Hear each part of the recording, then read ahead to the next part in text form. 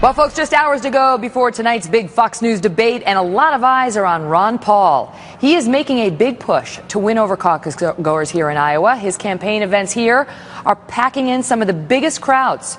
Polls show he is in the running right now to take the top spot on January 3rd, and Congressman Ron Paul joins me live right here. Congressman, it's a pleasure. Thank you so much for being here. Thanks for having me. How are you doing it? Because these folks showing up at your rallies, it's not just, you know, older folks, younger folks. It's a mix. You seem to have energized folks across the continuum.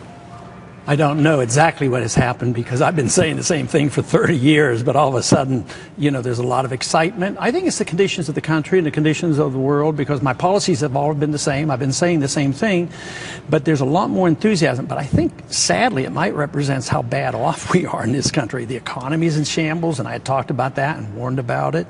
And foreign policy, I've wanted a different foreign policy because I was always afraid we'd get bogged down, and I thought we went to war too carelessly.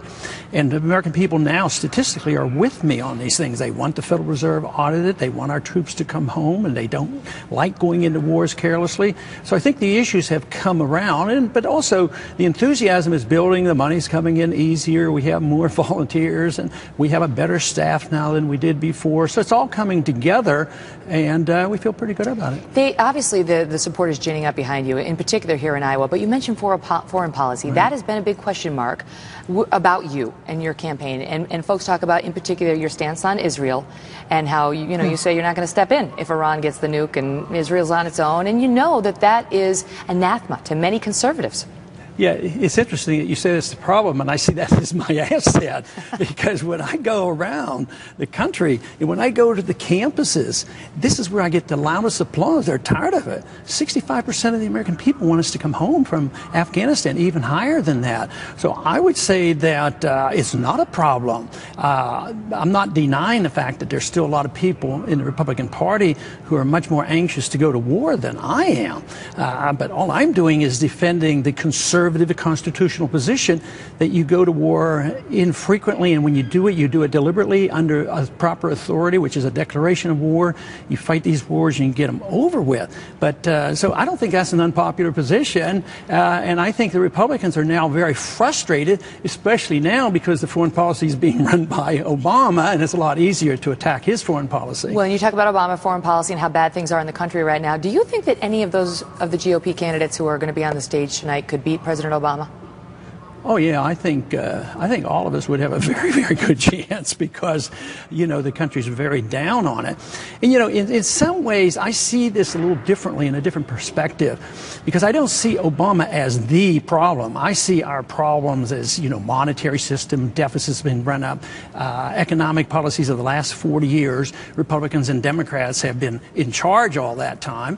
So when Republicans have been in charge, we didn't do such a great job, and that's why the independent movement is so strong. That's why there's a Tea Party movement and an Occupy movement, because of this frustration. So Obama hasn't done anything to help, but he did not. He's correct when he said he did not create this monster. This monster, the seeds were sown in 1971 when we delinked our dollar from any restraint by a gold standard. That meant we could spend endlessly, run up deficits endlessly, print money endlessly, but there's always an end point, and what the American people have to wake up and realize, we're at that end point now. And if we don't admit that, we can't solve our problems. The race has been very interesting to watch as an outsider, as somebody in the media, and here in Iowa in particular, because you get deluged with ads. Not so in New York City, I can tell you that, but here in Iowa, yes. And one ad we see over and over is an ad that you're behind that's going after Newt Gingrich. We have a little bit of it for the audience to watch, in which you accuse him of hypocrisy. Let's take a look. Everything that Gingrich railed against when he was in the House, he went the other way when he got paid to go the other way. He's demonstrating himself to be the very essence of the Washington insiders. It's about serial hypocrisy. Now, do you mean that? I mean, you know, you're telling me that you think any of the Republicans could win, including, I presume, Newt Gingrich. So do you really mean that? Yeah, I think the country is so bad off right now with the conditions. They want a change. So if the Republicans offer change, yes, I think every one of them would have an opportunity. But that's a tough ad against your fellow Republican. Yeah, and I even forgot to put one in there because I think. But some people think that's mean. Iowans don't like negative campaigning, and that's a negative campaign. I think there's a difference. Negative campaigning is calling people names, demagogue demagoguing the issues and misrepresenting people's views. But to point out, different positions, that's my responsibility. Hypocrisy, though? Did you go too far? I think when you flip-flop around, there was one other issue that I personally found annoying, is that, he's probably as aggressive with the military as anybody. He supports all the wars in the Middle East 1,000 times more than I would. But, when in the 1960s, when I was drafted, in the military, he got several deferments. He chose not to go. Now he'll send our kids to war. But at that time, he said that one person wouldn't make a difference. He didn't know how he could make a difference. So I see that as important information. People should know that, and it reflects on him. We're up against a hard break, but I want to ask you very quickly, what's your plan for tonight? Tell the truth. Going to be good old Ron Paul. Tell the truth, and that's the easy way. They never accuse me of flip-flopping. Congressman, thank you so much.